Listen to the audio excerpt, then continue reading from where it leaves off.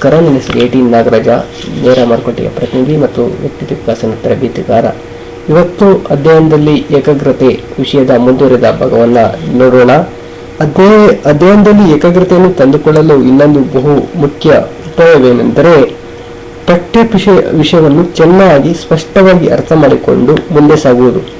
ಒಂದು ವಾಕ್ಯವನ್ನು ಓದುವಾಗ ಅದರಲ್ಲಿ ಒಂದೆರಡು ಕಷ್ಟದ ಶಬ್ದಗಳು ಕಂಡು ಬಂದರೆ ಕೂಡಲೇ ಶಬ್ದಕೋಶದ ಸಹಾಯದಿಂದ ಅದರ ಅರ್ಥವನ್ನು ಹುಡುಕಿ ಆ ವಾಕ್ಯವನ್ನು ಓದಿ ಮುಗಿಸಿ ಆ ಇಡೀ ವಾಕ್ಯ ಏನು ಹೇಳುತ್ತದೆ ಎಂಬುದನ್ನು ಆಗಲೇ ಆಲೋಚಿಸಿ ತಿಳಿದುಕೊಳ್ಳಬೇಕು.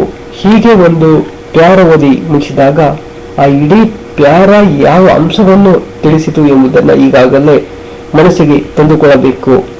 ಈ ವಿಧಾನದಿಂದ ಓದುತ್ತಿದ್ದರೆ ವಿಷಯಗಳು ಅರ್ಥವಾಗುತ್ತವೆ. ಅರ್ಥವಾಗುವುದರಿಂದ ಆನಂದ ಉಂಟಾಗುತ್ತದೆ. ಆನಂದ ಉಂಟಾಗುವುದರಿಂದ ಅಧ್ಯಯನದ ಮೇಲೆ ಪ್ರೀತಿ ಹುಟ್ಟಿಕೊಳ್ಳುತ್ತದೆ. ಪ್ರೀತಿ ಹುಟ್ಟಿದಾಗ ತಾನಾಗಿ ಏಕಾಗ್ರತೆ ಬರುತ್ತದೆ. ಎಲ್ಲಿ ನಮ್ಮ ಪ್ರೀತಿ ಇರುತ್ತದೆಯೋ ಅಲ್ಲಿಯೇ ನಮ್ಮ ಮನಸ್ಸಿರುತ್ತದೆ. ಎಲ್ಲಿ ನಮ್ಮ ಮನಸ್ಸು ಇರುತ್ತದೆಯೋ ಅಲ್ಲಿಯೇ ಏಕಾಗ್ರತೆ ಮೂಡಿಬರುತ್ತದೆ. ಇದೊಂದು ಅನಿವಾರ್ಯ ನಿಯಮ. ನನಗೆ ನನ್ನ ಪಾಠಗಳ ವಿಷಯದಲ್ಲೇ ಪ್ರೀತಿ ಇಲ್ಲವನ್ನ ಏನು ಮಾಡಲಿ ಎನ್ನುವ ವಿದ್ಯಾರ್ಥಿಗಳು ಇದ್ದಾರೆ. ಅಂತವರು ಒಂದೋ ತಮಗೆ ಇಷ್ಟವಾಗುವ ಬೇರೆ ವಿಷಯವನ್ನು ಆರಿಸಿಕೊಳ್ಳಬೇಕು, ಅಥವಾ ಆಗಿರುವ ಪಠ್ಯ ವಿಷಯದಲ್ಲೇ ಪ್ರೀತಿಯನ್ನು ತಂದುಕೊಳ್ಳಬೇಕು.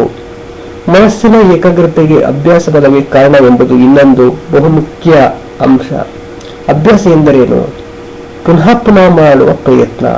ಬರೆದು ಅಭ್ಯಾಸ ಮಾಡಿದರೆ ಬರವಣಿಗೆ ಆನಂದವಾಗುತ್ತದೆ. ಓದಿ ಅಭ್ಯಾಸ ಮಾಡಿದರೆ ಅಧ್ಯಯನ ಯಶಸ್ವಿಯಾಗುತ್ತದೆ. ಗುರಿಯಿಟ್ಟು ಗುಂಡು ಹೊಡೆಯಬೇಕಾದರೂ ಸೈನಿಕ ಅಭ್ಯಾಸ ಮಾಡಿರಬೇಕಾಗುತ್ತದೆ. ರುಚಿಯಾದ ಅಡಿಗೆ ಮಾಡಬೇಕಾದರೂ ಗೃಹಿಣಿ ಅಭ್ಯಾಸ ಮಾಡಿರಬೇಕಾಗುತ್ತದೆ. ಅಭ್ಯಾಸದಿಂದ ಸಿದ್ಧಿ ಎಂಬ ಮಾತು ಎಲ್ಲ ಕಾಲಕ್ಕೂ ಸತ್ಯ. ಆದರೆ ಶ್ರದ್ಧೆಯಿಂದ ಅಭ್ಯಾಸ ಮಾಡಬೇಕು, ಉತ್ಸಾಹದಿಂದ ಅಭ್ಯಾಸ ಮಾಡಬೇಕು, ಬುದ್ಧಿ ಉಪಯೋಗಿಸಿ ಅಭ್ಯಾಸ ಮಾಡಬೇಕು. ಈ ಬಗೆಯಿಂದ ಅಭ್ಯಾಸ ಮಾಡುತ್ತಾ ಹೋದರೆ ಏಕಾಗ್ರತೆ ಏಕೆ ಬರುವುದಿಲ್ಲ? ಫ್ರೆಂಡ್ಸ್, ಇನ್ನು ಹೆಚ್ಚು ಓದಲು www.sunnaturalclass.com ಲಾಗಾನ್ ಮಾಡಿ. ಇಲ್ಲವೇ ಹೆಚ್ಚಿನ ಮಾಹಿತಿಗೆ sunnaturalclass@gmail.com ಮೇಲ್ ಮಾಡಿ. ವಂದನೆಗಳೊಂದಿಗೆ AT ನಾಗರಾಜ.